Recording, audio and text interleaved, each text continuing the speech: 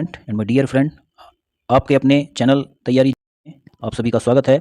और आज हम आपके साथ उपस्थित हैं एक टॉपिक लेकर, जो है पृथ्वी की बेसिक जानकारियाँ। इसके बारे में हम पृथ्वी की बेसिक जानकारियों के बारे में इस टॉपिक में जानेंगे और इसमें पृथ्वी के कितने ध्रुव हैं, पृथ्वी की कितनी परतें हैं, कितनी ऋतुएं हैं, कितने महासागर हैं, इस तरह की बेसिक जानकारियों के बारे में हम जानकारी प्राप्त करेंगे। तो सबसे पहले हम बात करते हैं पृथ्वी के जो ध्रुव हैं उनके बारे में बात करते हैं। तो जो हमारी अर्थ है, पृथ्वी है, ये दो ध्रुव होते हैं, उत्तरी ध्रुव और दक्षिणी ध्रुव। तो जो उत्तरी ध्रुव है उसको हम नॉर्थ पोल के नाम से जानते हैं और जो दक्षिणी ध्रुव है उसको साउथ पोल के नाम से जानते हैं, जो यहाँ पर इंडिकेट किया गया है। एक इमेज यहाँ बना हुआ है, उसमें नोटिस कर लेंगे कि यहाँ पर जो है इंडिकेट किया गया है। इसके बाद बीच में यहाँ पर जो है थोड़ा सा और भी दिखाया गया है, इक्वेटर दिखाया गया है, जिसको भूमध्य रेखा के नाम से भी जाना जाता है। और यहाँ से इधर वाला, जो इस लाइन से इधर वाला जो पार्ट है, ये सारा पार्ट हमारा ये नॉर्थर्न हेमिस्फेयर कहलाता है। नॉर्थर्न हेमिस्फेयर से हमारा आशय रहता है कि उत्तरी गोलार्ध कहलाता है ये। और हमारा जो इंडिया है वह भी उत्तरी गोलार्ध में ही पड़ता है, एशिया भी उत्तरी गोलार्ध में ही पड़ता है और हम एशिया कॉन्टिनेंट के अंतर्गत आते हैं। और इससे नीचे वाला जो पार्ट है, ये वाला पार्ट, इस पार्ट को साउथर्न हेमिस्फेयर कहते हैं और ये साउथर्न हेमिस्फेयर आपका दक्षिणी गोलार्ध के नाम से जाना जाता है। तो इस तरह से ध्रुव के बारे में जो बेसिक जानकारी है इस तरह से पूरी हो जाती है। नेक्स्ट जो अगला है वो हम जानते हैं, हम देखते हैं मंडल के बारे में। तो पृथ्वी पर कितने मंडल पाए जाते हैं?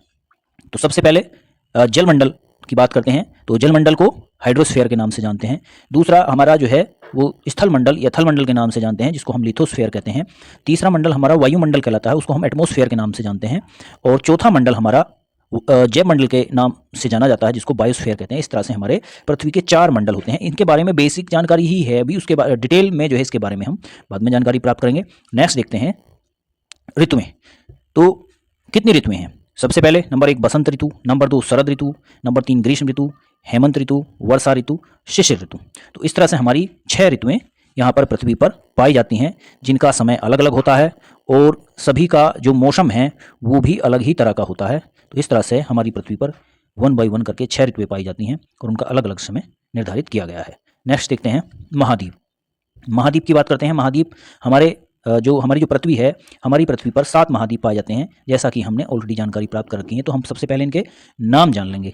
सबसे पहले एशिया महाद्वीप, जो हमारा सबसे बड़ा महाद्वीप कहलाता है। उसके बाद अफ्रीका महाद्वीप, उत्तरी अमेरिका महाद्वीप, दक्षिणी अमेरिका महाद्वीप, अंटार्कटिका महाद्वीप, यूरोप महाद्वीप, ऑस्ट्रेलिया महाद्वीप। इस तरह से 7 महाद्वीपों के बारे में, 7 महाद्वीपों के नाम के बारे में हमने पढ़ा। नेक्स्ट देखते हैं परतें।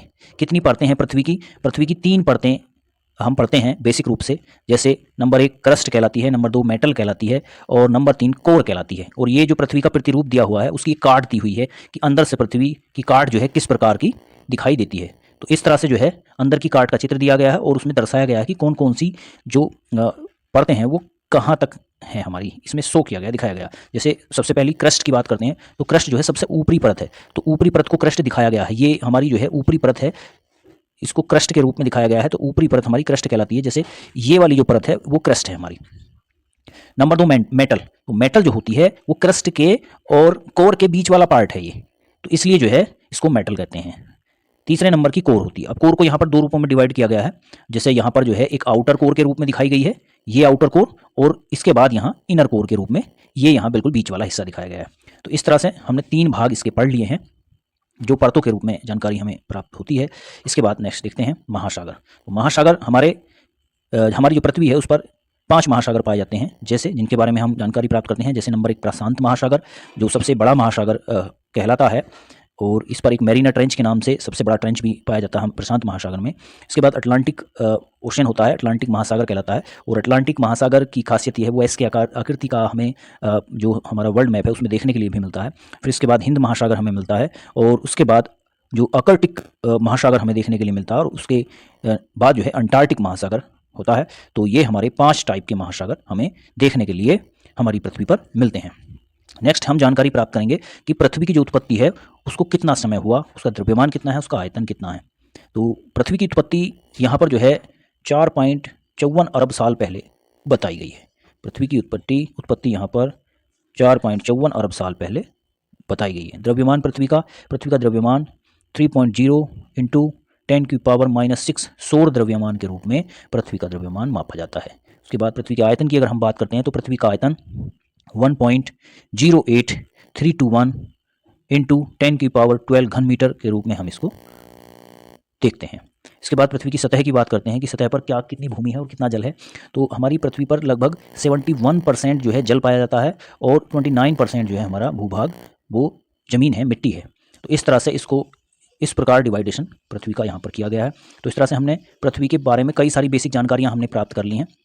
तो हमारे साथ इस तरह की जानकारी पाने के लिए हमारे साथ जुड़े रहिए और हमारे चैनल को सब्सक्राइब कर लीजिए यदि नहीं किया है, और अपने मित्रों को शेयर करते रहिए, अपने साथियों को, साथी विद्यार्थियों को भी शेयर करते रहिए, जिससे उनको भी इन सारी जानकारियों का लाभ मिल सके। थैंक यू, धन्यवाद।